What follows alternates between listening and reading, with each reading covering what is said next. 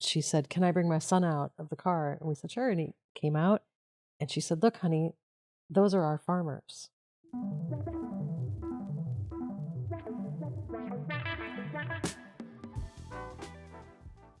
Hey folks, it's Nick with Bootstrap Farmer. I'm here with my co-host Carrie. What up? Hello. And Bouldin Food Forest owners, farmers, not ranchers because there's no horses. Ben McConnell, Vanessa Bates, thank you so much for taking the drive up here. Glad to be here. Great to be here, Nick. Thanks. Thank you. All right, we're doing it. So we're going to do basically 3 podcasts while you guys are up here. The first one, we're going to cover just general farm. We're going to get to know you. And then tomorrow, we're going to talk about the event that brought us all together. You guys had a very devastating farm that you guys have survived and come through with flying colors, and I think better on the other side. And then we're going to talk a little bit about farming. I'm laughing because it's affecting all of us every second of every day. But a lot of farmers are getting into this second career later on in life. So we're going to talk about farming after 50. You just turned a certain number. I just turned 50. We're all creeping up on it. Ago. Happy birthday. Thank you. It's a larger operation than what most of our farmers do. And I have no idea the scale of, it's such a big farm. And you guys you're surrounded by other big farms, and it's a very unique location. So I'm going to have you start with just the origin story, a little bit of background, Vanessa, on you, and then Ben, we'll move over to you, how you guys met, where the farm kind of started, and we'll just see where this goes. Sure. Origin, I'm from Minnesota originally, born and raised, moved to Texas 25 years ago, lived in Austin for almost that entire time, and then I met Ben almost 6 years ago, 6 years in April. And that was just stars and butterflies and unicorns and all that stuff. It actually was. I Yes. love it. It was literally, it was kind of love at first sight. Lucky man. Love at first farm. Love at first farm. You told me a little story, and I kind of want to revisit that about your first impressions of what a farm and what a farmer might have been. So Ben and I met online. We met on OkCupid, not Farmers Only. Oh, man, I was just dying everyone for that to asked happen. us. We met on OkCupid, and it said he was a farmer, and I thought that was quaint. And I was like, oh, Quaint. so cute. He's a farmer. And my first question to him was, do you have any horses? And he said, no, because I'm not a billionaire. So. I love it. Yeah. I love it. You had already had the farm going at this point. Bought the property in 2016, Thanksgiving weekend. First year there, I was out there by myself, save for maybe a stray woofer or a volunteer. But yeah, the first year was a lot of work, not only setting up my first field, but also getting a lot of decrepit and empty buildings, trying to get those ready for a commercial farm operation. It's unfair for me to come in here and talk about how great it was, because I know everything, like every nail, every screw, every board started and had to come from somewhere. And we're going to get to show the pictures of what it is now and what it was a few months ago and now what it is again. But all that stuff takes a ton of time. That's right. It's 150 acres that we have, and we farm 2 acres of it for food production. The rest of it is for cattle grazing and a little bit of just open space. But the 2 acres it's a pretty good amount of operation. It's surprising how much time and effort 2 acres requires of people to have a living doing farming for farmers markets and wholesale. So when we're following other farmers on Instagram and we're trying to figure out like where are we going to go next and who we're going to visit next, you guys have been on the list for a long, long time. And for me, it was always our hoop house next to somebody else's hoop house. I always wanted to come and see like the side-by-side difference. But for me, mainly, it was just the amount of row crops that you were doing. It was, again, it's such a bigger operation than what we're dealing with day to day. It's impressive, right, to have that much going on with just such a small you two and the occasional helper. And kind of want to get into that and just, it had to start with what, 1 row at a time, you know? It started with 1 100-foot by 40-foot field. that I planted garlic in and did not till very well. I had a BCS tractor with just a tiller on it and a lot of grass that I was trying to churn up, and did not turn out well in many regards. And from that, it was the classic story of how you just grow slowly and get a little bit here, a little bit there. Posted some pictures today of our very first greenhouse, which was in the farm driveway, just out and exposed, some boards on top of cinder blocks with maybe a dozen or two trays. And classic farming pallets. You had the obligatory pallets that you have to have. Yeah, that you make. And now today, a Bootstrap hoop house is our greenhouse with several hundred trays in it. This is February 2024, and they'll go out in the fields in another 3 to 4 weeks. And I was there, a couple of weeks ago, and I commented about how much stuff was already in the ground and how well along it was. I mean, you guys have not missed a beat with anything. We try not to. We are a 4-season, year-round farm producing primarily greens, flowers. Greens is very good business for us, and then vegetables. Those are kind of our 4 categories, and then a little bit of fruits and herbs. But yeah, greens is our primary business and does pretty well for us, even with a lot of competition, a growing level of competition, especially from the large indoor farms. Let's get into the sales models. And I think through that, we'll talk about the day-to-day operations, because everybody wants to know how this thing is funded right away, right? So go to stores, go to the farmer's market, kind of a CSA model mix. And I really like how you've structured those payments. So I would like for you to get into that, because everybody always wants to know about how those payments are structured on a CSA. Our primary revenue source is the farmers market. And in Austin, we're lucky enough to have great farmers markets. There's a lot of them, both Saturday and Sunday. We go to just one, which is probably the biggest and probably one of the largest in Texas. 120 vendors, about 13 to 15,000 people every Sunday in a great part of Austin. Used to be the old airport. It's in a neighborhood, a mixed-use development, so people just walk to the farmers market, places to hang out. It's not in a mall where you have to drive to and you just leave and don't do anything else. So in Austin, also lucky for us, is a very food-centric town. It has a great reputation of being organically minded, environmentally conscious, and that's also very good for farms and farmers as well. And Austin is also a great restaurant town, and that helps keep a lot of farms in the area in business as well. It's not just like you're driving a couple of miles to the market. It's quite a trek over there. It's a 75-mile drive from the farm to the market, but luckily it's in Sunday morning and it's a pretty easy drive. Getting back Sunday afternoon on Interstate 35, a little bit longer trip, still well worth it.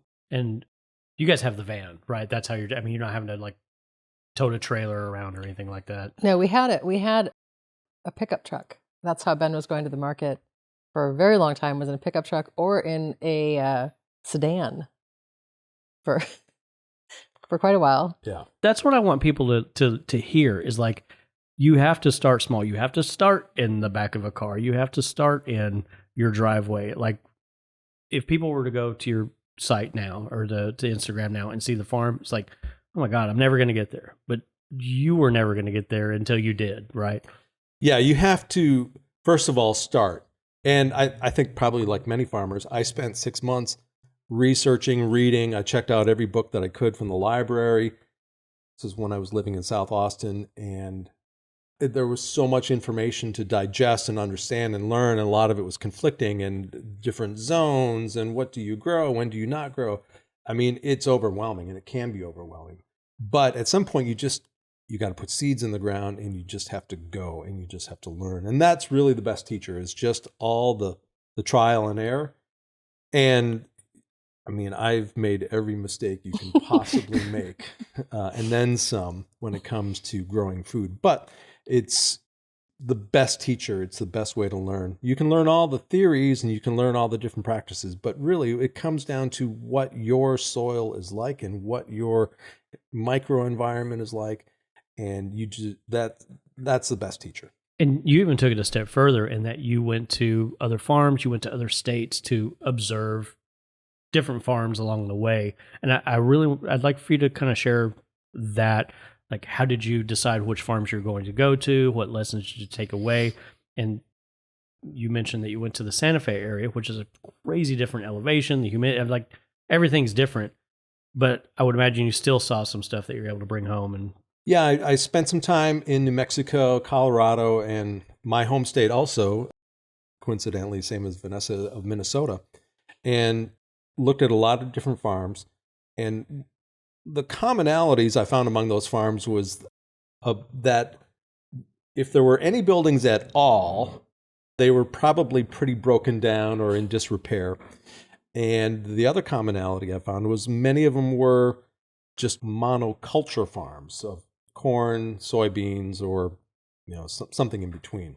Not a lot of organic vegetable farms for sale. And all those areas are pretty different in terms of climate, growing conditions, and even economies. And so you have to choose where you're going to farm if you are going to buy a farm that suits your needs, your pocketbook, as well as what your goals are. What do you want your farm to become? Do you want it to be a hobby farm, or do you want it to be something that gives you a comfortable living, or are you thinking bigger? And is there a market for it? I mean, that's why Austin is really ideal to be near, because there's a market for it. I mean, right. There's no saturation. There's always a market for it from all the restaurants and everything that we have there. And you even said it, like people were wanting more and more farms all the time. Now they're often disillusioned about what they're really asking, and they're not really getting what they think they want. But we get a lot of California people who come in and they're used to California markets, which have everything all the time, all season long, all year long. They have bananas and avocados and pineapple, all these things that we just don't have in Central Texas. The Central Valley grows 75 to 80% of all produce consumed in the United States. So, of course, California markets are going to be bonkers. Right. So when people hear that 75% is grown in that valley, I took a train through there one season over a few days. And on a train, you're elevated and you kind of get to see behind the highway and you're like in it. And for hundreds and hundreds of miles from northern California, pretty much down to LA, you're just surrounded by anything and everything you could ever imagine from a vegetable standpoint, and a shitload of it. It's almost incomprehensible. And I'm talking about salt mine or open salt fields as well. Right. I mean, it just never ends. Yeah. And to equate that to where we're all used to seeing, where it's cattle, soybeans, corn, and it's just such a different mindset of what you can actually bring to the market. Right. And in some ways, and this is why I don't want farmers to feel like you're not competing, because it's just such a different thing you're bringing to the market. It's not a widget. It's a produce factory. You know what I mean? And the stuff that you guys are bringing to market, I'm not going to say it's boutique, but it is, because the people that are coming to see you, they may think they're just coming for lettuce, but when they see and feel and touch and taste the difference, that's when their mind really gets blown. Yeah. Yeah, that the most common thing we hear at the market is, I didn't know lettuce could taste this good. Or, you've ruined us for lettuce for the rest of our lives. We're responsible for a lot of people being very upset about. Well, at dinner you ordered the salad and I'm like, oh man, this ain't going to be good. Because as farmers, we're so picky. You look at a spring mix and you and I can identify everything in there, and then it's hot, it's wilted, it's limp, it's, but where you're at, kind of thing. Mm-hmm. Yeah.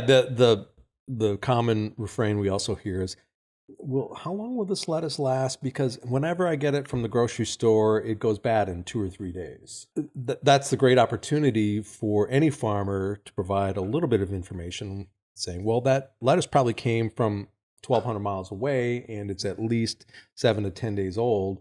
And it probably had different refrigeration levels, and that's why it's gone bad.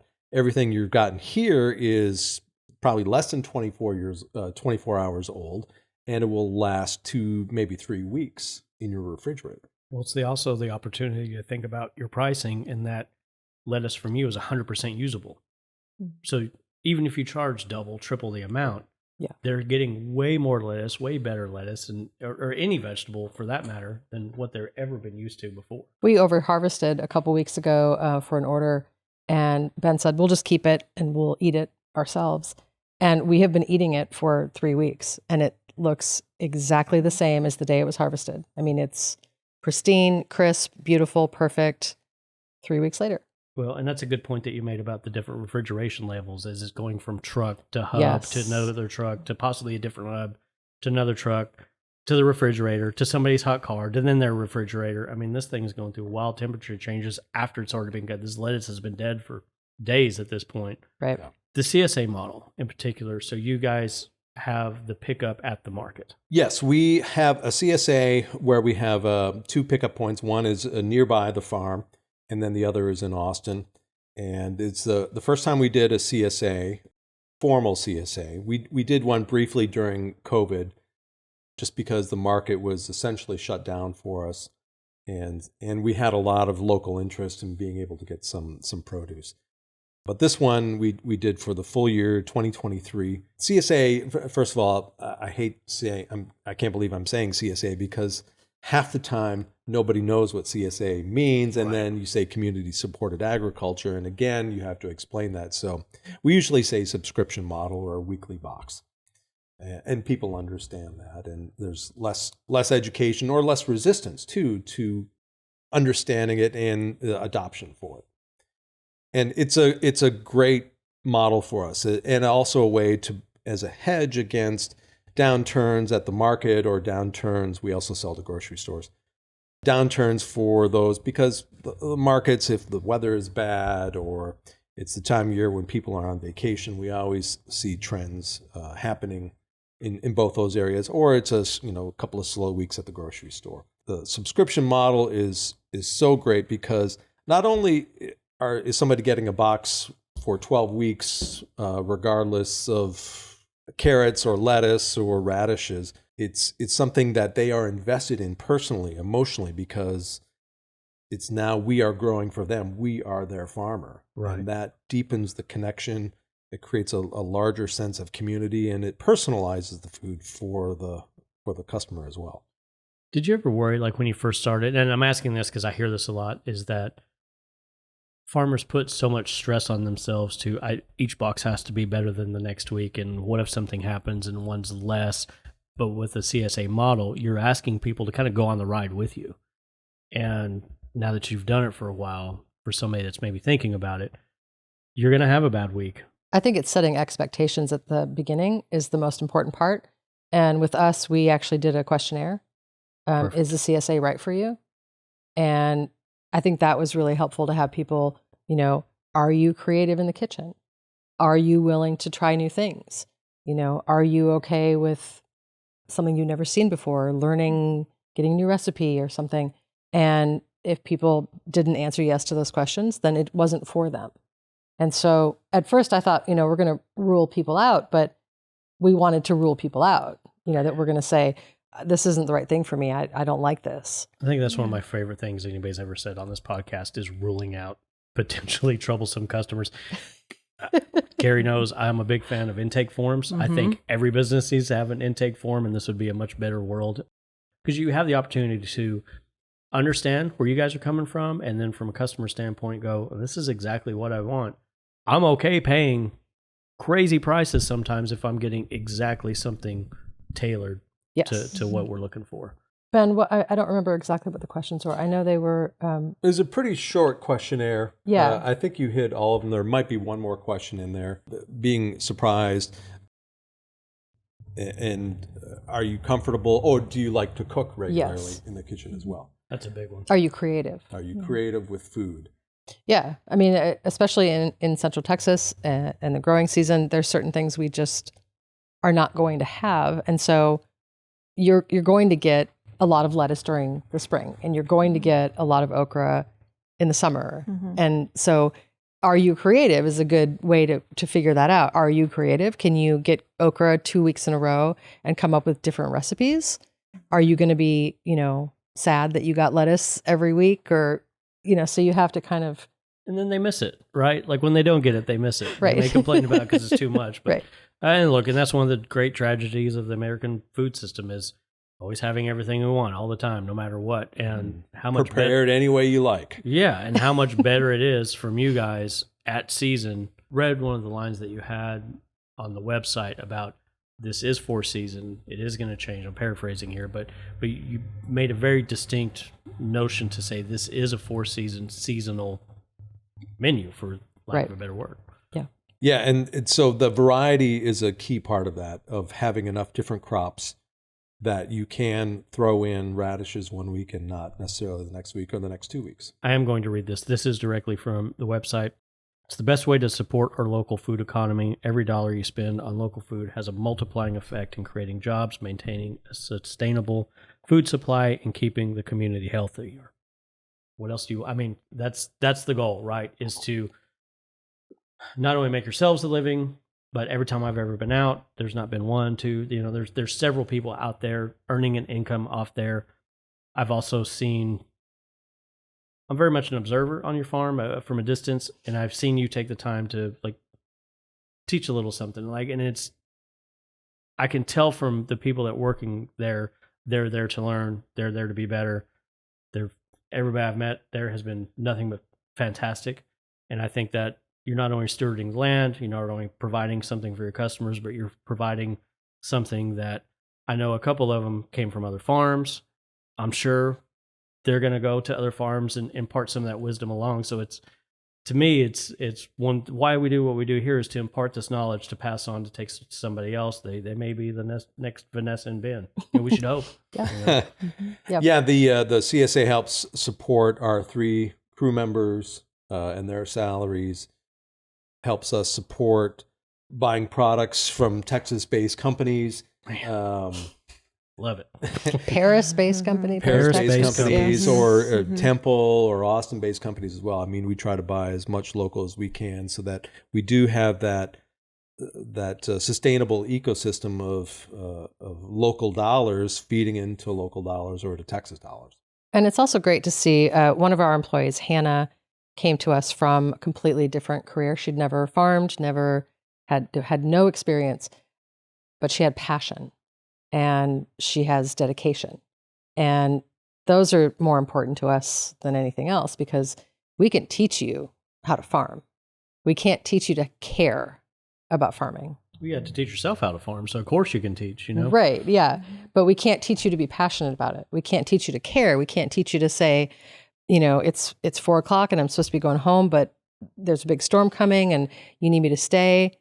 Of course I'm going to stay, Right. So I think that is something that is really important to us, an impact on the people around us so that they feel like it's their farm, It's not just their job, it's their farm. And it's, like I said, when I'm there, it's evident that they feel that way. There's also something that you guys do, and I copied and pasted some of this so I could read it directly. Bonus, we have partnered with a number of local food producers, so the CSA subscribers may include additional items such as honey, bread, meat, nuts from other local goodies in their weekly boxes.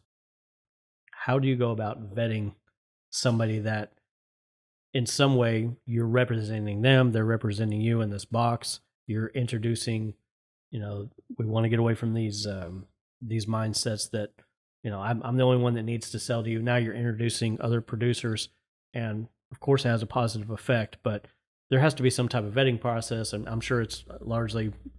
It's only stuff that we eat. You like it. Yeah, exactly. Yep. Yeah, first and foremost, it's having choice. So we can provide more than just the vegetables that are in the box. If there's other options, that's a draw, and it's a good marketing strategy as well. As for the vetting, those are all farms that we know, or local Austin companies or local Central Texas companies that we know their products firsthand, whether from the farmers market or just our own relationships. Having that trusted relationship is key and important, but being able to support the local economy of food, also part of our bigger mission. And we actually have a meeting next week with a local farm that does meat production. We met when we did our pop-up market at our farm. They came out and they, said, by the way, we produce meat and eggs. We're just right down the road. And so we're going to meet with them next week and talk about having them be part of our CSA so that we could offer something, a meal box. You know, you could get meat and eggs and produce and everything in one box from local companies. Being an outsider newbie kind of coming into this community, like how much community there has been, and that just takes it to a whole nother level, that you're also helping other farmers get to your people. I really like that. That's really cool. Yeah. Very admirable. I think a lot of that is just because like you're with somebody that there's this shortcut of, I understand what you're going through too. Yeah. We've been there. We're going to be there again. Like, it's just so reciprocal. The more that we can build those and foster those relationships with other farms and a sense of community, not just with our customers, but other farms, the stronger and healthier we are in good times and bad times. And the more that we make our area, hopefully at some point, a draw for local food production and not just monoculture corn or soybeans. There's plenty of that in the United States, but there's not enough of small farms. And so the more that we band together, the more we partner in ways that are possible, the better outcomes for all of us. Do you feel like there's enough opportunity for you to meet other farmers I know the answer, right? Or else I wouldn't be asking this, but is there something that if you could snap your fingers and there was a place for farmers to gather on a more regular, even, I dare say, structured basis to talk together? I mean, not on a podcast, but just like a few of us are going out to dinner. We're going to hash out, this is what I'm seeing. What are you seeing? I don't think there's enough. Absolutely, there's not. Nor is there enough time to do so. That's the biggest challenge. But we need to carve it out, though. I mean, that's the important part. We do need to carve it out. The biggest challenge for us, and certainly in Texas, is just distance. Yeah. The closest farm to us, and I know a lot of the farms at the Austin Farmers Market in downtown or in central Austin, they are 75, 80 miles away as well. So being able to get together with them, and they're just as busy as we are, if not busier, is to find that time. Because when you're not at the market and you're not preparing for the market, that's when you're actually farming and you're trying to catch up on seeding or whatever the case is. And so finding that time on a semi-regular basis would be a big help. Yeah, for sure. And actually, there's a potluck happening on Monday of next week with a local flower farm, and they invited us. And we're not going, but we're sending Hannah down to do that. And they're doing a seed exchange. They're doing a potluck. They're doing, kind of talking about flower farming and things like that. So, I mean, that's kind of what you're talking about. Right. And they said, we want to make this a regular thing. It's just really difficult to get people together. Yeah. It's a 2.5 hour drive to their farm from ours. Right. Right. Yeah. It's hard. I mean, you can only get so much out of a conference too. And I dislike conferences for all the stuff that's associated with it. There's the vendors, then you got to go meet the vendors, and then somebody's trying to sell you something, and then you have speakers that you may or may not want to listen to, and there's not enough time to do this, to talk, and just to make sure. We're trying to do some stuff in the near future to kind of accommodate that, but again, we're way the hell up here, and it's going to be difficult, and you can only do so much on YouTube, and we just keep encouraging people to, even if it's just one or two local farm tours. I mean, if there was a regular farm tour circuit that at least was maybe within a couple of hour drive or 2, maybe 3 hour drive, I mean, that I would find the time to do that, because to me that is where you not only have the conversation opportunities, but you can see firsthand how they did something specifically that you may not have thought about, or you can have the time to ask very specific pointed questions of, how did you do that? Why did you do that? What results are you seeing? That's what I like. I like going to farms that, well, I like going to eating farm, but ones that have our hoop house in particular. No two are built the same. Like not even close, right? And the things that farmers do so uniquely to fit their own operation, it's always so clever, so cost effective, by default, and you learn so much. And just even like we go out to Carl's like at least once a week, pretty much these days, and there's always something new to see and to observe. We go to other farmers, and we're able to take that back and be, man, I saw this thing, and it's really like how to keep the vent open or how to get the door fixed or whatever the case may be. But it's this constant learning, and you're not going to see it on Instagram. You're not going to see it. You know how you watch YouTube and it's this 16 by 9 square, or I go to your place and the whole world literally opens up to this site that it's hard to take it all in. I mean, and when I come see you, it's just for, an afternoon or maybe a day or so, but you still can't see it all. I still have not seen everything on your farm, and I probably never will, because every time I go, it'll change. That's the hard part of being able to kind of focus in on a very specific thing that has implications to you. And everyone's context is going to be a little bit different in their challenges that they're trying to overcome or problems they're trying to solve. And I think being able to go on a farm, you've been to, I don't know how many farms, probably hundreds, close to, several hundred over the years. Yeah. And I mean, I am so envious of that, of all the things that you've been able to see and experience up close. I make it a habit to especially go to farmers markets, because then you get to see so many farms all at once. Like, you go to the Pacific Northwest, I mean, you think we got flowers here? Forget it. Oh my God. It's unbelievable. I bet. Then you go to the ones in New York, and there's local spirits, and there's all kinds of different veggies that they're producing in a mass. You go to Florida, and there's all this citrus. I mean, we have citrus here, but we don't have citrus in North Texas. And it's the same. It's the same. So anytime I get a chance to go see something different, San Diego markets, they really have it going on down there. Not only from a farmer's perspective, but just the added value vendors, man. It's a good time, and that goes to spices, and that goes to bath and body care. It's so broad and vast what you get to see, and of course these are bigger markets. But I like to go to a small town, man. If we go to Arkansas, I'm hitting up those markets on the weekend, just kind of going incognitus. It's real fun to just kind of hide out, and I'm always looking for trays, and I love to. I was going to say, looking for your products. Man, that's a good time when you come up on somebody and you mention the tray, and you're like, "Hey, can I take a picture and put it on Instagram?" And then they figure out who we are. Like, it's a good time, right? Kind of thing. So many people want to get into stores, and you do that.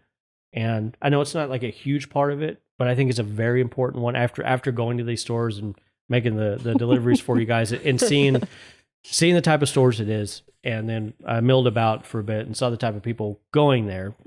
And in my experience from serving Paris, my farmers market clients, with the exception of a couple, were vastly different for the ones I was doing the salad club to. And I know that the people going to that store are probably not the ones coming to see you at the market, but it's a different ballgame. It's not the CSA. It's not the market. How did you approach it? What were you worried about? What did you have to learn? And I know you're not going to like a giant chain, but it is a regional health food chain. And I would imagine the regulations are just a little bit different. We were pretty lucky, I think, of how easy it was to get in to that chain. It was as simple as filling out a form on their website, name and information, and then the text field saying, "Can I bring you a sample?" And I heard back literally within 30 minutes. The produce manager, "Yeah, bring us some samples. We'd love to see them." And I hopped in my car and drove that afternoon with samples. And he looked at them. He said, "Okay, yeah, we'll take a couple of cases of each." And the next week, we were in business, and we have been for 3 years. And it was actually longer than that, because it was right around the time that I met Vanessa, and I said, "You are my lucky charm, because I got this account and I just met you." So it was all meant to be. Yep. And we got really lucky actually with the buyer at Wheatsville, a guy named Max, who was very passionate about local food. And he really wanted to highlight local farms and local producers, small producers. And he was willing to try anything. I mean, he was buying just for one store, but they have 2 stores, but he just said, "Yeah, bring it. Sure. I'll try it. We have this new thing. It's called Hot Shot. It's spicy greens. Yeah, I'll take it. Sure." And sometimes it works, sometimes it didn't, but his willingness and his passion for what we were doing was a huge part of our success. in getting in there. So I think that's a big part of the food supply chain, is to have people in there that care. The buyers, it's all up to the buyers. It's all up to the buyers. And how invested they are personally, and how much their managers are holding them accountable for being responsible and invested in local food as well. Here's my favorite thing about the whole story is it is about the buyers. You know who it's not about?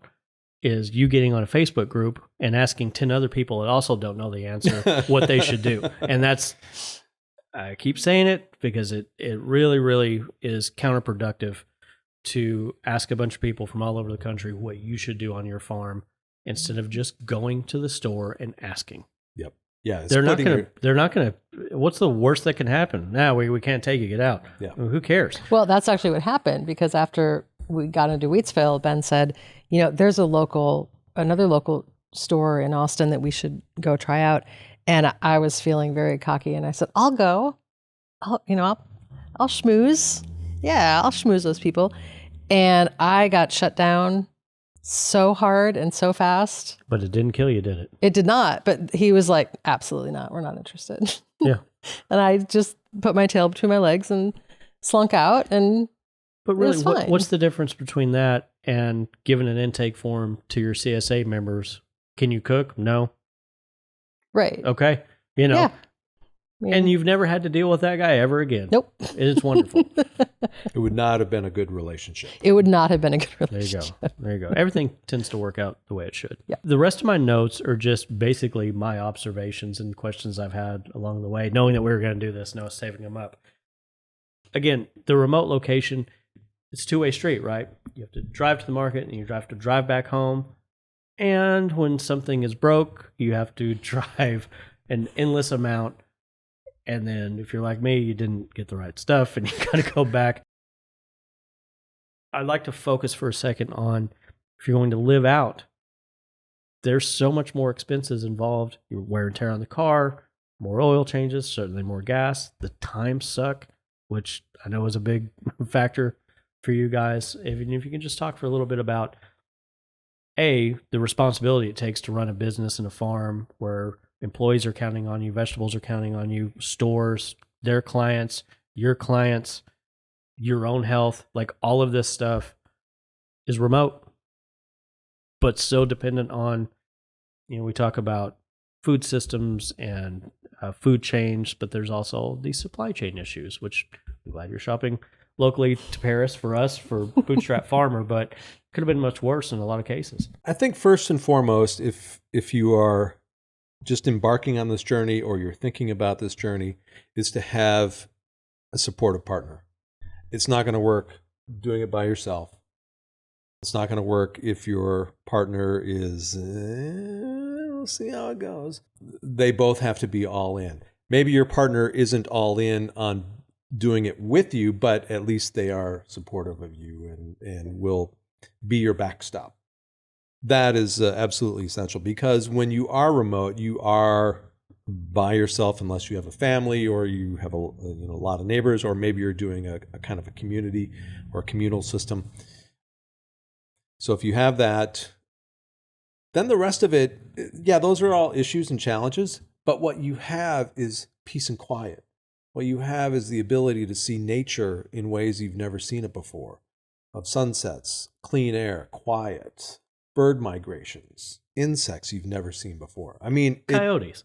Coyotes. Right at your back door. So much coyote howling, but it's Wild a way boar. to be able to be part of nature as opposed to be just an observer of nature or a reader of nature. It's transformative of the way that it can change you as a person, calm you, center you, just make you a better person, because now you are part of something that's bigger than you. Yeah, and I think it makes me more mindful, knowing that if I have to make a run to the store, I have to be very thoughtful about my lists and making sure I have the right thing, measure twice, shop once, try not to get overwhelmed with that process.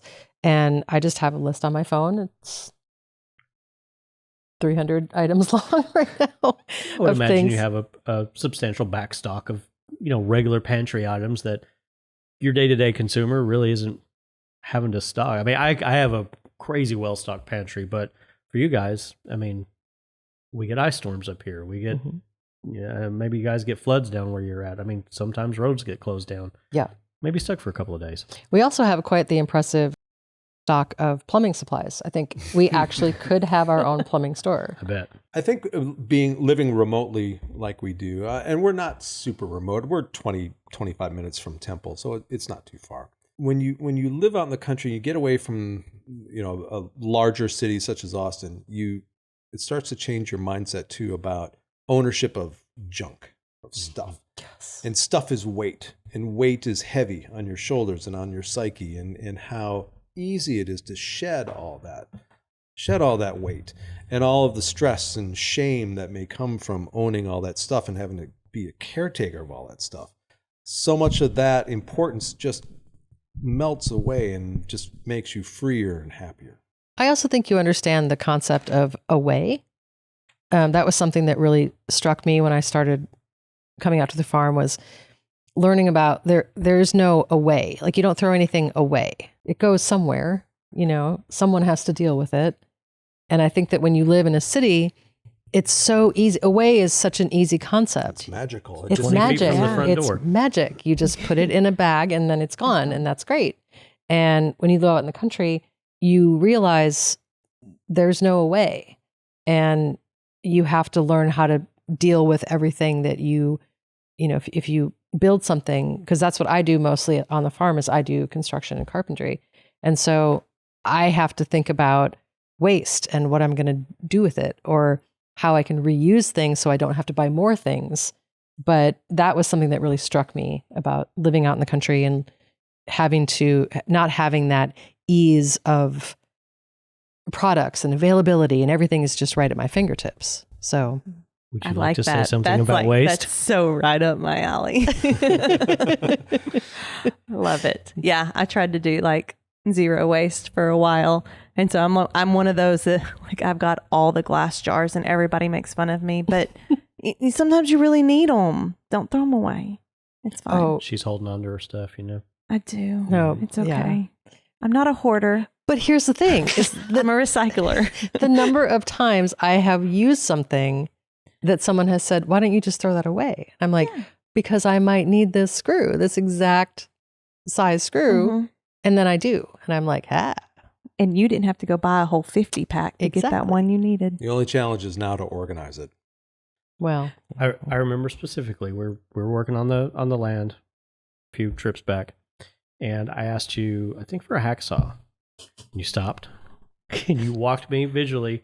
I saw you in your head walking me through, and I'll be damned, there it was. It was right where you said it was be. northwest corner. And so I made sure to put it right exactly back, facing the same way it Thank was. Yep. The one thing I also noticed about y'all's farm is the amount of. Remind me to talk to you about the radios, because it's not wrote down, but I want to talk to you about the radios. But the amount of items on the wall, organizational, labels everywhere, and how many? You're like Leslie Knope. How many binders do you have on that wall? It's quite impressive. I never looked at one, but I'm super curious as to what is in those binders. The binders contain our labels for our different products, and labeling, very important to Ben as far as marketing and branding goes, part of his former career before being a farmer. So we have a lot of products, and we have a lot of labels and a lot of different size packaging. So yeah, all those binders are all different kind of labels. So it makes it easy to find. Mhm. That is our number one goal in the packing shed, in the workshop, on the tool wall out in the field, is make it easy to find anything at any one time. Because if you start adding up the minutes on a daily basis of what you're looking for and you can't find it, or you're having to walk from field A to the tool shed, and we did a little mini study about that before we put the tool wall out in the field. I mean, we ended up saving, it was the equivalent to 3 weeks per year in time of just walking back to the shed from the field to get a specific tool. I mean, that's 3 weeks may be your whole entire profit margin on the farm for a year. For sure. Yeah. So being able to find stuff easily and keep stuff organized and keep it in the same place so that you can go back to it in a minute's notice and find it is absolutely essential. And what we try to practice and maintain on a daily and weekly basis. The other thing I like that you guys really do, and I wish more people, I wish we did it here. We've talked about doing it, but whatever. Willie and Waylon. Tell me about who Willie and Waylon are and how that happened and how much time that saves you. Willie and Waylon are our tunnels. Our large tunnels. Our large tunnels, yeah. Willie is 30 by 70 and 25 feet tall. 25 foot tall on one side and a little shorter well, on the yeah, other. 25 feet tall Get right into now that on one tomorrow. side and like 18 feet tall on the other side. We got that as an exchange. We do cattle grazing on our land, and our cattle grazer gave that tunnel to us as an exchange for rent for the year. Tunnel that he had purchased maybe 10 years prior to give to his daughter, and she didn't want it, so he gave it to us. No instructions, no hardware, some hardware, no idea what we were doing, just poles and curves, and we didn't know how it went together or what to do with it. That was our first foray into a large scale tunnel. And then Waylon is our bootstrap tunnel. And we got Waylon from an NRCS grant. And the juxtaposition is quite stark. So just so we're clear, the Bootstrap Farmer was an NRCS approved tunnel. Yes. Yes, indeed. Absolutely. And, it came with an instruction manual, came with all the parts, all of which were labeled, made it easy to figure out. We spent a better part of a year trying to put the bigger tunnel together without the instructions and all the tools and necessary understanding of how to assemble it. And I think we put Bootstrap Farmer tunnel together in 3-4 days, if that. Yeah, I think it was about 3 or 4 days. Yeah. And that I did wasn't call full Julian time. about 6 times. Yeah. That's all And right. Julian was very helpful and He very was. patient. Yeah. Julian's patient. Mark that down. Okay. With us. Yeah. But just the simple naming of those structures means that, hey, will you go to Willie and get the widget instead of having to go, the big one. Yeah, or this way, it's over there. Mhm. And I noticed that all of your tunnels have some type of designation as to tunnel 5, tunnel 4, as we were rebuilding these tunnels. Yeah. We knew exactly where we were. Yeah, that was really important to me. Originally, the tunnels were Waylon and Willie and the boys to go along with the song. Mhm. But we never got around to naming the boys, so we just... Because there's a lot of debate of which boys, we were going to Right. name. It was going to be John, Paul, George, and Ringo, and then it was going to be... You're Well, really having a big night. I mean, talking about Christmas, talking I about the Beatles, know. talking about throwing stuff away. I'm telling you, when I said earlier that y'all were us, me and my husband in 10 years, like it's just getting more and more clear that it is. Sorry. No, I love it. Love it. Yeah, and so signage is a big part of what we do on the farm as well. So our fields, our smaller fields are all numbered with signs that Vanessa made. So we can say block 1, block 2, block 3 tunnel, block 4 field. And very easy to find. And now we're expanding a little bit too, and they're larger fields. And they are behind where our existing blocks are now. And so we already have signs up for field A, field B, field C. And that will continue on if we add more fields as well. But being able to see those and understand right away where that is and not having to explain it every time, also part of the efficiency equation. It helps with training. Oh, yeah. And the labeling of everything, that was really a big deal to me. I love my label maker. Oh, I love that thing. And actually asking our workers, what makes sense to you? Mhm. What configuration do you want this? Where can we place these items to make them easier and more efficient for you to get them? And using that feedback to make our pack shed more efficient, our day more efficient. We don't know everything. I mean, we don't know anything. We've redesigned our pack shed probably 4 to 6 times Yeah. over the years, Yeah. just based on the feedback Mhm. and trying to study how movements and efficiency, because that if we can shave off 30 minutes a day of time spent trying to find something, that just makes everyone's job and life easier. We'll keep skirting around the pack shed. I want to talk about it because I've been to a lot of farms, and this is one of my favorite pack sheds I've ever been to. It's clean.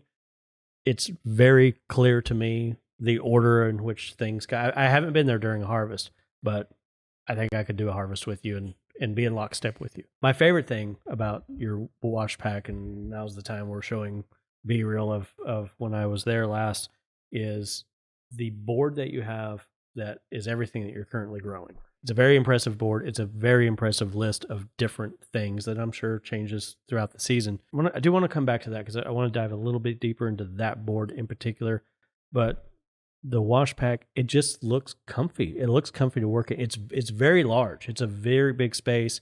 Knowing the size of your operation and the amount of people and the amount of volume that you guys are doing, it has to be, right? And I'm sure it's never big enough, right? Oh, it is never big enough. Not I mean, we even talk about that all the close. time. Like, we need another building. Yeah. We're to the gills for sure.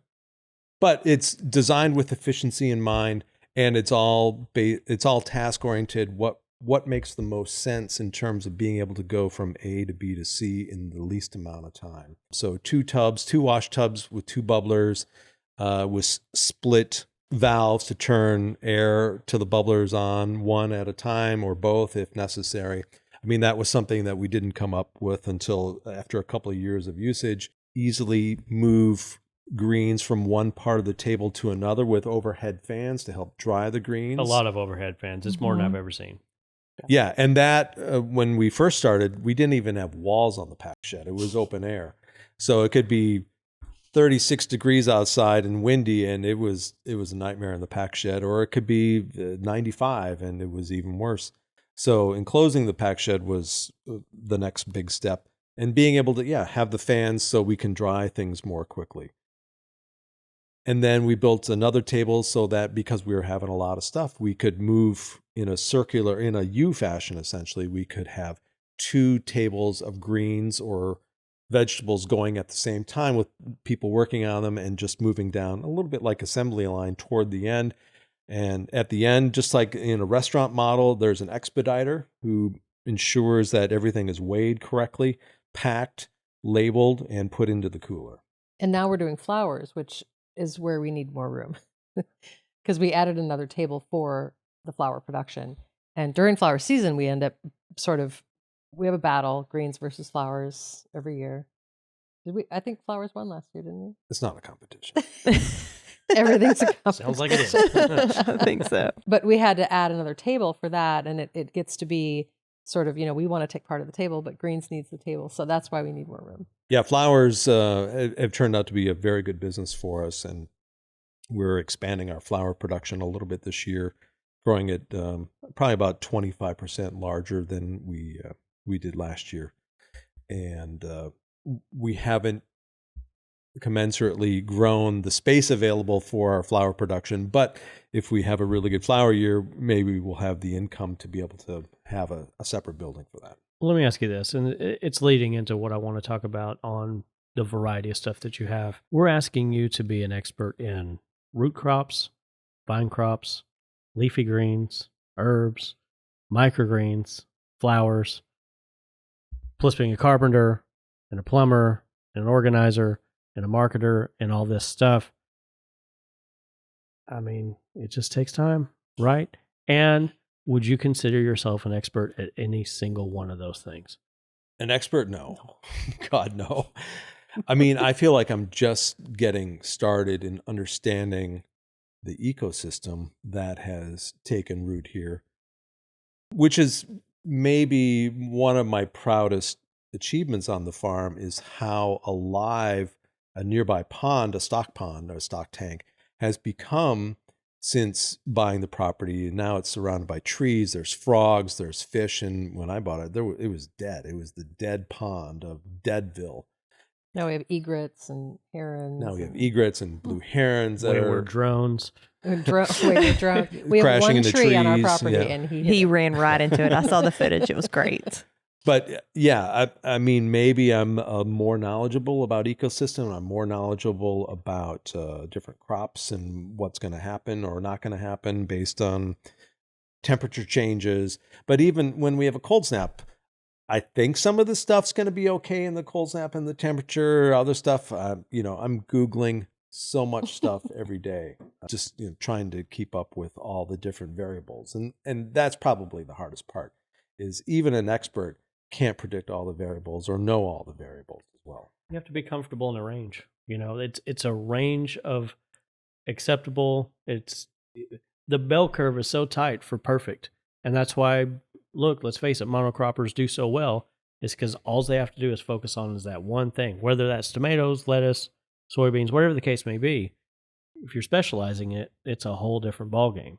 We're in the greenhouse industry, and we get folks that just grow one thing over acres and acres and acres, very specific light spectrums, very specific water situations, dialed in nutrients, that's constantly monitored, versus the farmers that we most take care of is exactly what I said a minute ago, a mix of crops, a mix of different whole growing systems. Trying to tell me growing a tomato is the same as growing microgreens? Absolutely not. It's not even close. Seed germination, but the environment's different. The longevity of a crop and how much time and effort and labor you have to put in up front to maintain that is completely different. And to what we said in the very beginning, you just have to start. And you didn't start all of that year one. No, it was some lettuces and garlic. That was it. Year one. And maybe a couple of beds of radishes. Just stuff that was really easy to grow. But yeah, expanding the portfolio as time goes on, that is the next step, and also the fun part of trying to learn how to grow something new and something different, something that you want to eat or something that your customers have asked about. And I went the opposite direction, where I used to make furniture. So what I did was very specific, very detailed. It took weeks to make one piece of furniture or whatever, and then now I have to just knock together a greenhouse table in 2 hours. So I went from being very specialized to being more broad, and it's hard sometimes for me because I'm out there measuring, to the 16th of an inch, and then I'm like, it's just a table, just knock it together, So you have to just be able to adapt your skills to what you're trying to do. Well, and I also think, like we've kind of mentioned it a couple of times, that you've got to be open to being able to make those changes and be okay with having to rearrange the shed again. Like, instead of, well, this is how we do it, this is how it's done. Right. Like, not being so rigid and being able to adapt like that. Yeah, for sure. I think that's... Yeah, being curious. Who made the door to the pack shed? That's a solid door. I always make fun of people that try to make their own doors because they're always wonky. But both times I've been there, I was like, it's a good door. And last time when I was there, I was like, this is so... I've thought about it several times, and I didn't know you were a furniture maker. And I'm very glad to hear you say that you're... It's like a Game of Thrones door. It is like it's a game. Awesome. It's huge. Yeah, it feels like a bank vault. Like It perfectly does. balanced door on a bank vault. It's great. Yes. Very happy with you right now. The board with all of the veggies. We all get excited when the seed catalog comes. There's input from the people coming. Nobody's ordering any banana trees here, but I can look at that board and I can tell that thing is curated not only by lettuce, but the different varieties of lettuce and everything that you have going on. What are you guys doing year over year to evaluate what's a keeper, what's going to be trialed, and what's always going to be a mainstay, and what's going to bounce? Yeah, the blackboard is our organizing market board. We label it from top to bottom of what needs to be harvested first, based on temperature, especially in the summertime, down to what can be harvested last. So in the summertime, of course, it is a race against the sun. It's a race against the temperature to get things as quickly as possible out of the field and into the cooler. So we always start with that. We start with also projections based on previous week or even previous time of the year of how much stuff we should harvest. And, we don't harvest everything. We harvest according to what we are going to potentially sell at the market. And as far as evaluating throughout the year, that's a constant process. And thanks to, we use Square, and so we get a lot of data. We can monitor I mean, I have variables upon variables of what we sell. And so being able to see all of that in real time, I do a lot of previous year comparison analysis on categories and then specific varietals sometimes as well. And as we get bigger, we'll have better record keeping. But right now we're small enough we can do just observational analysis of what seems to work well, what doesn't work well, both in the greenhouse and in the field. And then sometimes he just goes on a tear, and we had like all purple everything one year. Oh yeah, it was the year of purple. It was the year. Well, and it good. actually turned out pretty well. It turned out great. Because the only pots that we have in stock are purple pots. And Yeah, the 5-inch. the ones you're picking up tomorrow, That's all purple. they have. I don't know why more people don't have more radios. You guys use radios extensive. It's a very impressive bank of radios that you have. And I know you guys use them all the time. How'd that come about? What do you like about them? I think it was my idea, honestly. I think it was, yeah. Yeah, because I think it was just he doesn't answer his phone or texts. Yeah, I know how that feels. Yeah, I think we said we should try radios, and that's kind of how it came about. Yeah, I think it was just like, it makes sense because we had a couple of woofers staying with us at the time, and so it was just going to be easier to because they were coming to find us. The thing I like about it, and we keep this reoccurring theme in this conversation of saving time, it's instant. You press a button, it's done. It's not, where's she at? How do I misspell? That's the thing I like the most about it. Oh yeah, I mean we use them all day, every day. Yeah, dozens of times per day. And that's why I brought up the Willie and Waylon things, because I've heard you multiple times going, it's in Willie, da. Right. Where's the hammer? I think that we did find the hammers in Willie, shockingly. I think the thing that's most important is what we tell people who come, either our employees or when we had woofers. There's no such thing as too many questions. I mean, you can please, we beg you, ask us a question. Don't guess. Don't guess. I mean, that's the number one rule on our farm. It's don't guess, ever. Don't guess. And having a radio, when your brain goes, I think you can go, let me ask real quick. And you go, hey, Ben, is it block 4 or block 5? And he says, block 5. And you go, oh, well. And you can't miss a radio because it's going off. Right. Mm-hmm. You can miss a text all day long. Right. You can miss a call because you're on another call. Yeah. And they vibrate. I mean, so you can, even if you're doing something like on the tractor or whatever, you can feel it going off. So we've gone through various types of radios over the years, tried different models, and the one that we've settled on is the DeWalt radios, and those are pretty sturdy. You can drop them in water, they get muddy. They're pretty easy to use, very reliable, and a great range too. I mean, I have been way off the farm and still been able to radio in to people on the farm. And that it goes back to kind of the bootstrap thing, is when you're starting out, obviously you don't have an endless supply of money, but if you buy the more expensive thing the first time, you don't have to buy the cheaper thing 10 times, which would have been the same price. So the radios that we have they're really expensive, but we went through 4 different brands before we got these ones. So it's like sometimes you just have to take that extra step so you're not wasting and you're not throwing things away. Right. So you've brought this up again, and I would like to ask about, I have very, very limited experience with woofers. And I know that, to me, it seems like woofers are used kind of regionally in pockets of places I've been to.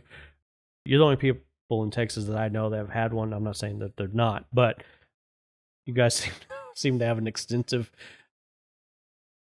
history and variety of woofers that, I hate to say the word gone through, but that's kind of what happened. We have a woofer catalog. Okay. Yeah. Good. It's in a binder. It probably is in a binder. Yeah, we've had over 100 woofers.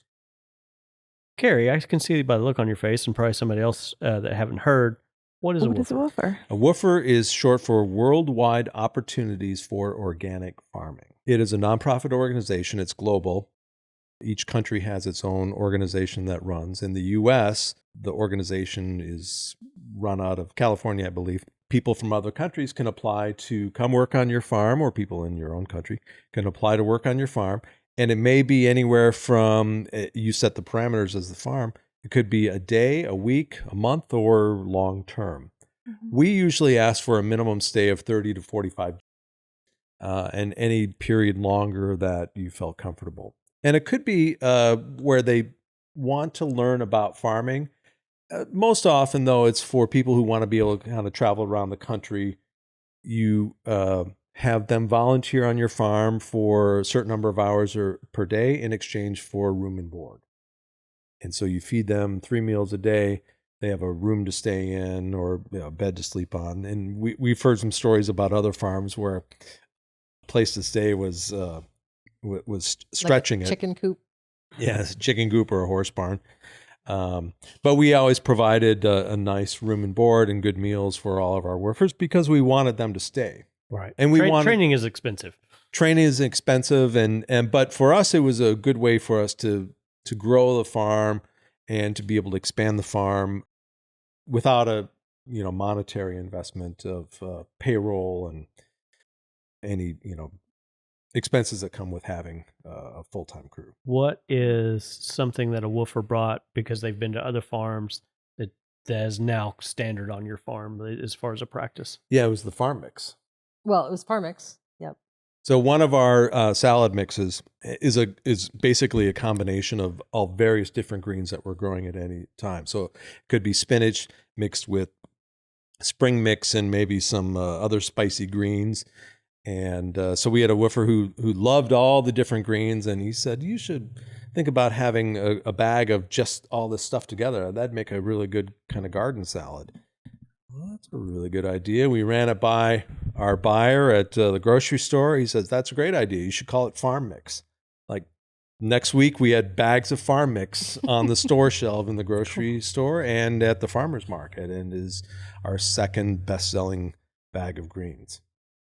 So that was from a woofer as well. And we've had woofers who, they spent a lot of time in the packing shed. So some of them had worked in kitchens before, and so they might have ideas of how to more efficiently expedite the process inside the packing shed as well. And we've adopted, at least half a dozen ideas from them on just that. Yeah, just efficiency and there was, I can't even remember what it was. It was something really good, but I was so mad that I hadn't thought of it. It's like, God, that's such a great idea. Why didn't I?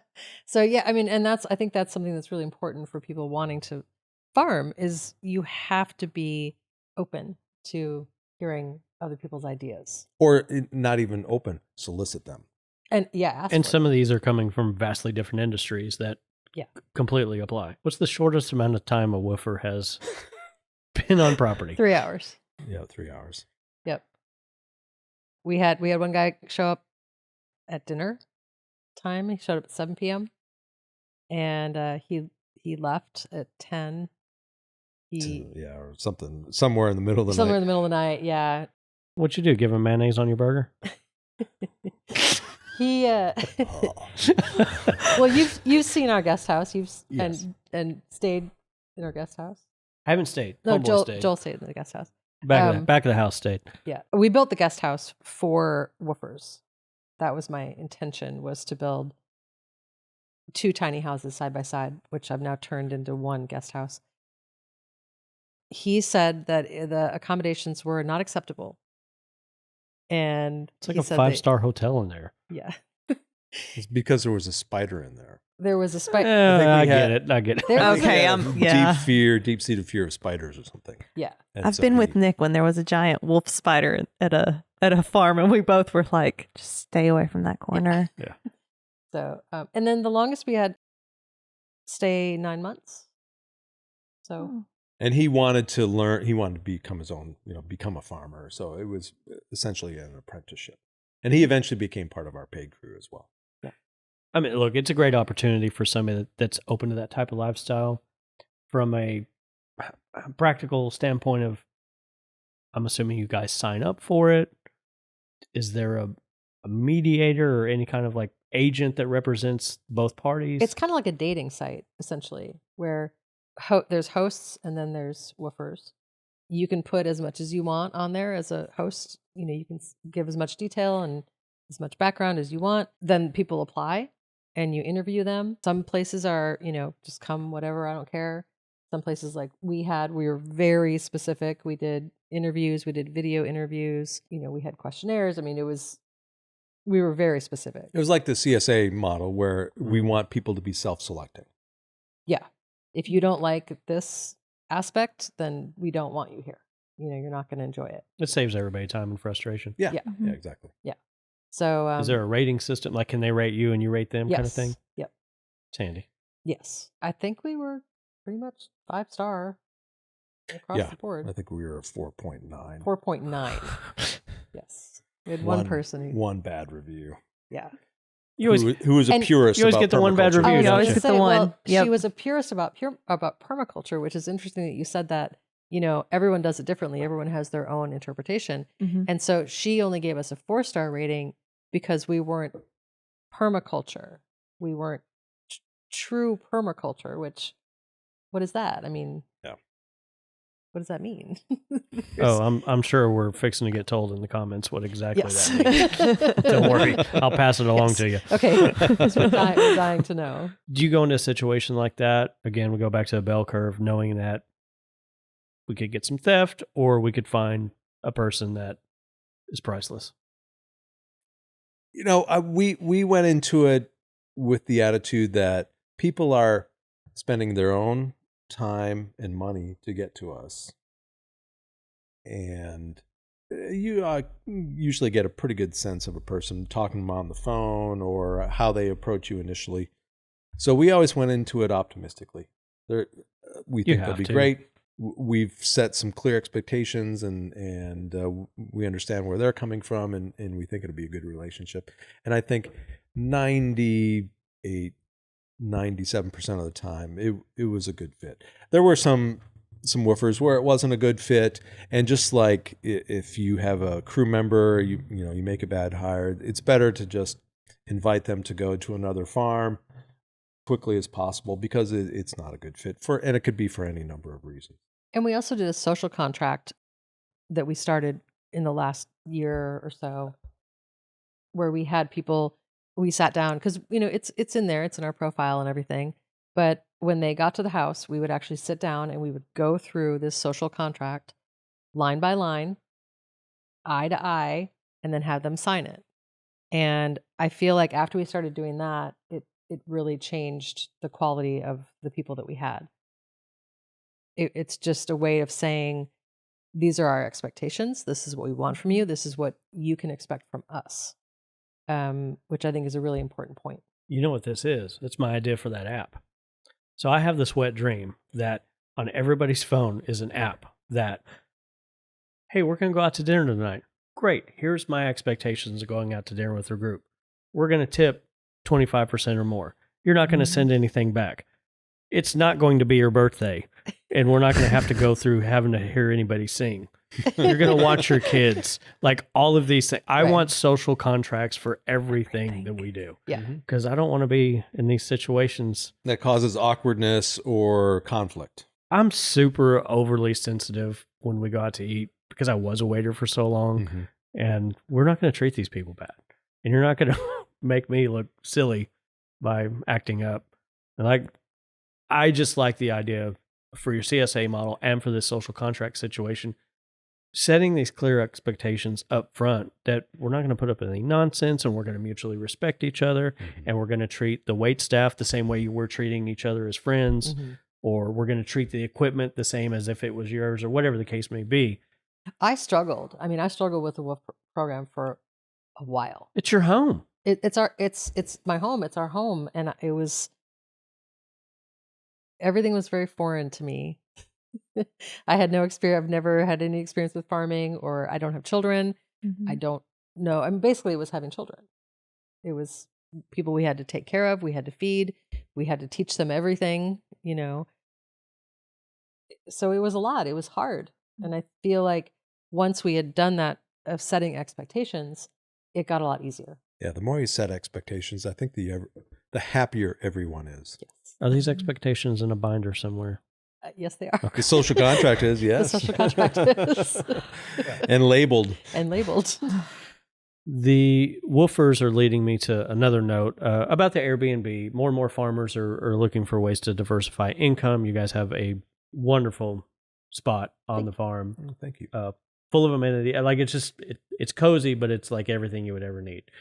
Stay in a lot of hotels. This is much better than most of the hotels I stay in. So as a farm owner, now you're having somebody, again, stay on your home. And how's that been for you? I mean, how many months has it been? And Carrie, you've had an Airbnb yourself, so feel free to add your experience. We started renting it out in September. I did the renovation essentially by myself. So from March.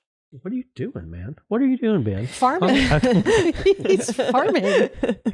And she's building doors. She's doing this.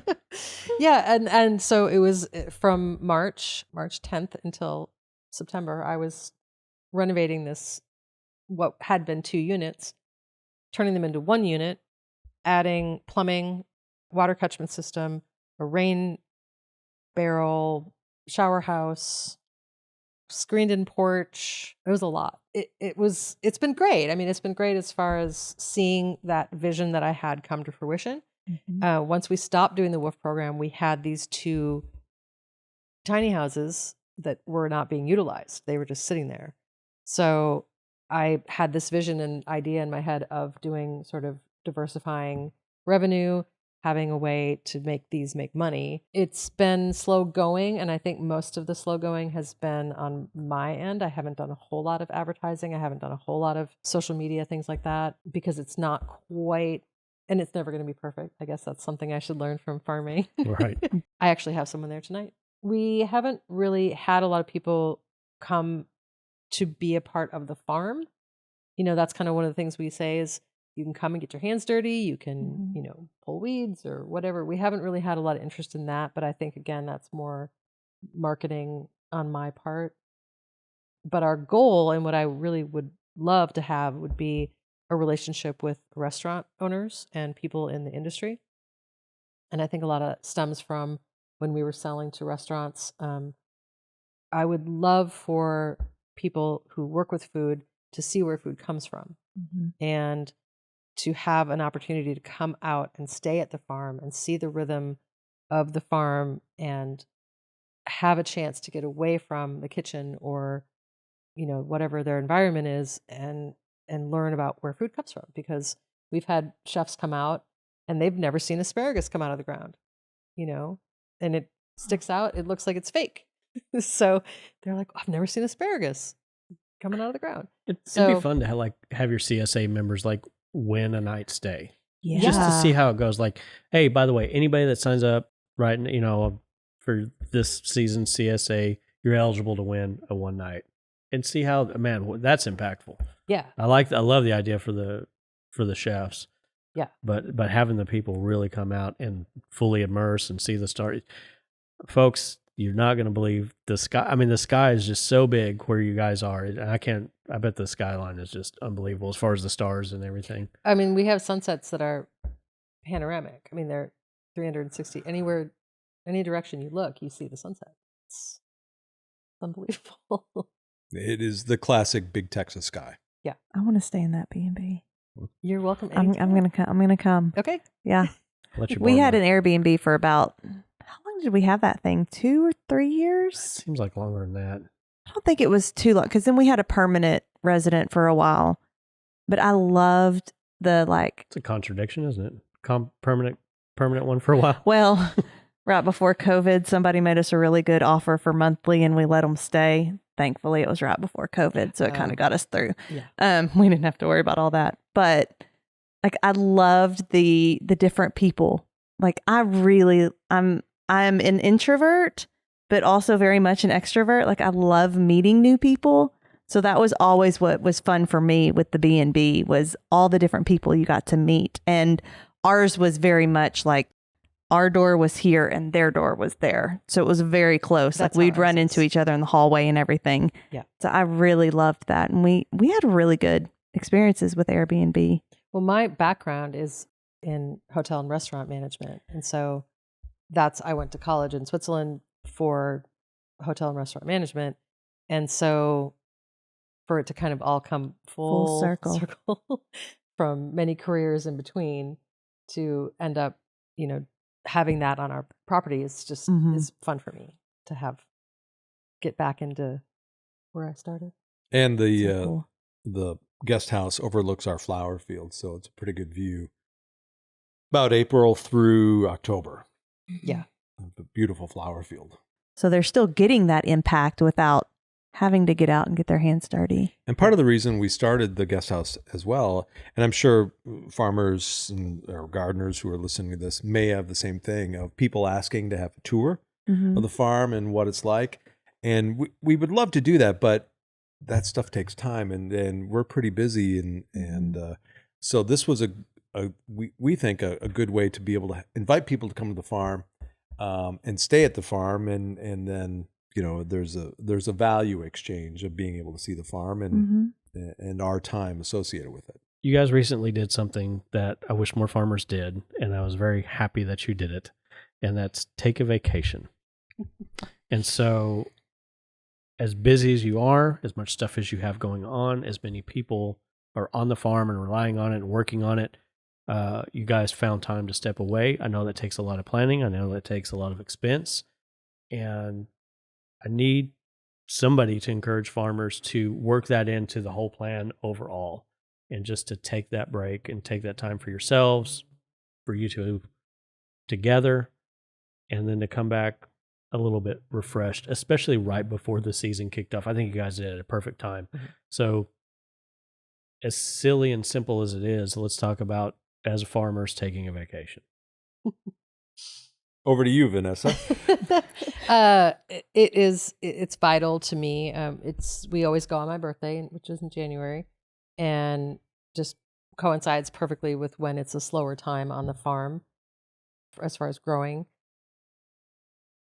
Yeah, it's I insisted on it actually when we first met.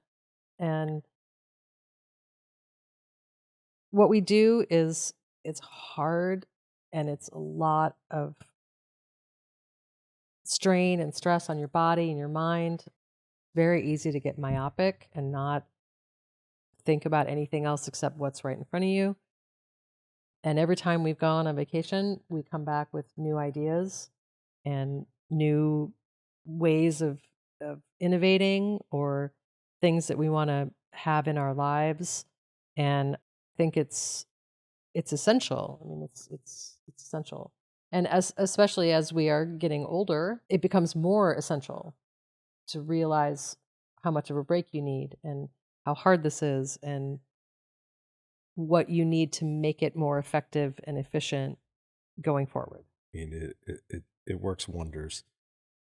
You don't think it will initially, because it's going to slow you down. It's going to slow the farm down. Stuff is going to get forgotten or die. And that's true if you don't have a plan in place for someone to manage it for you, or to take care of animals if you have them. So it does require planning and a support system in place to make that possible. We were lucky enough this time for Vanessa's aunt and uncle to come up from Corpus, who watched the farm for us and did just an incredible job and went way above and beyond. They wanted to jump in and do some farm chores, which they did admirably.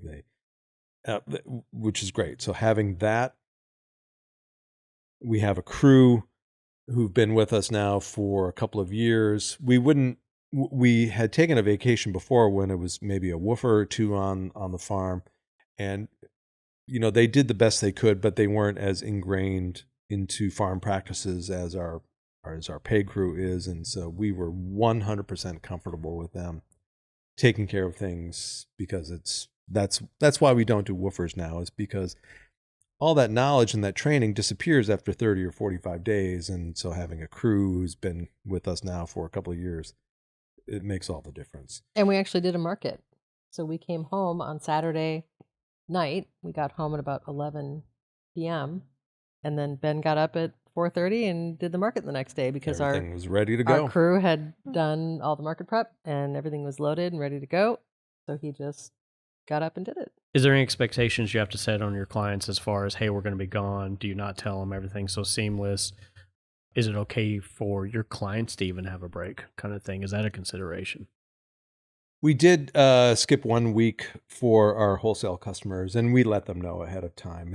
And we've had, such a long and supportive relationship with them that it was not a problem. But letting them know ahead of time is key. And then the market, like I said, Yeah. We didn't even skip a market. Didn't miss a week. I'm going to read something back. That's your own words. Uh-oh. Like a comment. And then to close it out, I've got a series of 10 questions that's just meant to be a speed round. Don't really think about it too much, but I think it's going to just really help people understand you just a little bit better from a more personal side. So, in your own words, Bouldin Food Forest is a family farm owned and operated by Ben McConnell and Vanessa Bates, along with their 3 dogs and 12 ducks. They consider themselves lucky to be stewards of this beautiful, fertile land. And it is. It's an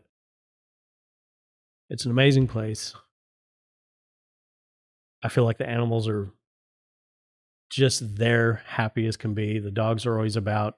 There's words on signs telling people to watch out for the dogs, and I've always felt just incredibly welcomed there. And I haven't been there near enough, and it took a long time to get there. But I feel like I've always been there at this point. And it just goes to show that maybe it's from the hospitality side, maybe it's just the confidence that you have walking the fields that you just feel like it's the right place to be. It's a very special place. And I thank you for doing it. Thank you. Thank you. Yeah, that means a lot.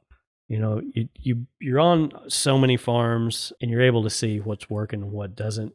And that's why I'm really so thankful you guys came up, is because so much is working on your farm. And I need you guys to hear that, because when you're in it day to day, you don't know, is this Right. is this the right thing? Is it the wrong thing? What are other people doing? You're constantly comparing yourself to other folks. Here to say you guys have really got it going on. I can't wait to share the pictures that we've taken.